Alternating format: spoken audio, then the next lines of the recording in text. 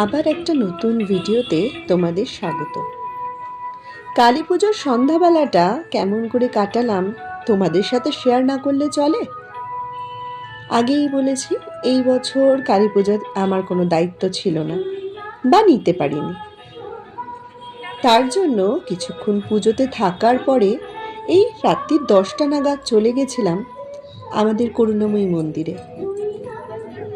অপরূপ সাজে সেজেছিল মা করুণাময়ী মন্দিরটা। আর ভিড় তো দেখতেই পাচ্ছ, সবাই মাকে পুজো দেবে বলে অধীর আগ্রহে অপেক্ষা করছে। চারিদিকে লোকে লোকারণ্য, সবাই সুন্দর করে সেজেছে, নতুন জামা কাপড় পরেছে, আর চলছে শ্যামা সঙ্গীত। সব কিছু মিলিয়ে পরিবেশটা যেন একটা আধ্যাত্মিক পরিবেশে তৈরি হয়েছে। আমার তো যাওয়ার সঙ্গে সঙ্গে মনটা ভালো হয়ে গেল। তাই তোমাদের সাথে শেয়ার না করে থাকতে পারলাম না। আর আমার ছোটোখাটো আনন্দ তো আমি তোমাদের সাথে শেয়ার করেই থাকি, তাহলে এত সুন্দর একটা মুহূর্ত তোমাদের সাথে শেয়ার না করলে চলে বলো? চারিদিকে চলছে সেলফি তোলা। হ্যাঁ, আমিও কিছু সেলফি তুলেছি, মায়ের ছবি তোলার চেষ্টা করেছি, কিন্তু এত ভিড় যে তুলতে পারিনি। আর যেহেতু মন্দিরে উঠবো না, সেহেতু আরও তুলতে পারিনি। দেখতেই পাচ্ছ চারিদিকে, আর এই যে পেছনে দেখছো ক্যামেরা, চলছে পুরো লাইভ টেলিকাস্ট। এমনি সময়েই তো মন্দিরে গেলে মনটা যেন একদম ভরে ওঠে, আর আজকের মন্দিরটা ছিল অসাধারণ। তারপর চলে গেলাম সিদ্ধেশ্বরী মায়ের মন্দিরে।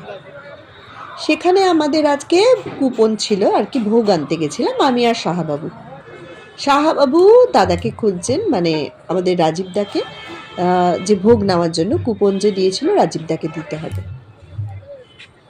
আর আমি দেখছিলাম সেখানেও কিন্তু লোকের সমাগম ছিল প্রচুর, কারণ সেখানে চলছিল খিচুড়ি ভোগ খাওয়া। সবাই মায়ের প্রসাদ পাবে বলে ঘন্টার পর ঘন্টা লাইনে দাঁড়িয়েছিল। আমারও ভীষণ ইচ্ছা করছিল জানো তো, কিন্তু ওই যে সময়ের অভাব, আর যেহেতু কুপনটা রয়েছে সেহেতু একটু আলস্যও বটে। তারপরে শাহবাবু ওইখানে দেখলে তো জুতো খুলতে বলে চলো না, কিচ্ছু হবে না, মন্দিরে তো ঢুকছি না, গিয়ে মায়ের দর্শন করে আসি। ভিড় ঠেলে ঠুলে আমি আর শাহবাবু চলে গেলাম মায়ের দর্শন করতে।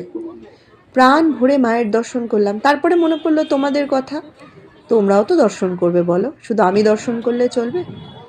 জয় মা সিদ্ধেশ্বরীর জয়। কি সুন্দর দেখো মায়ের রূপ।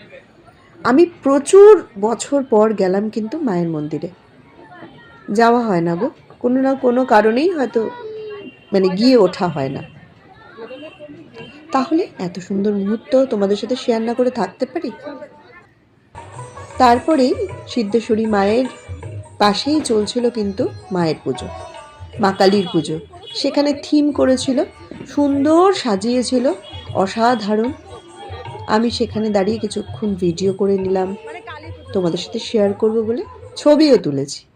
তারপরে বাড়িতে এসে বাজি ফাটিয়ে সুন্দর একটা দিন কাটালাম। আজকের মতন ভিডিওটা এই পর্যন্ত। ভালো লাগলে লাইক কমেন্ট কিন্তু করো।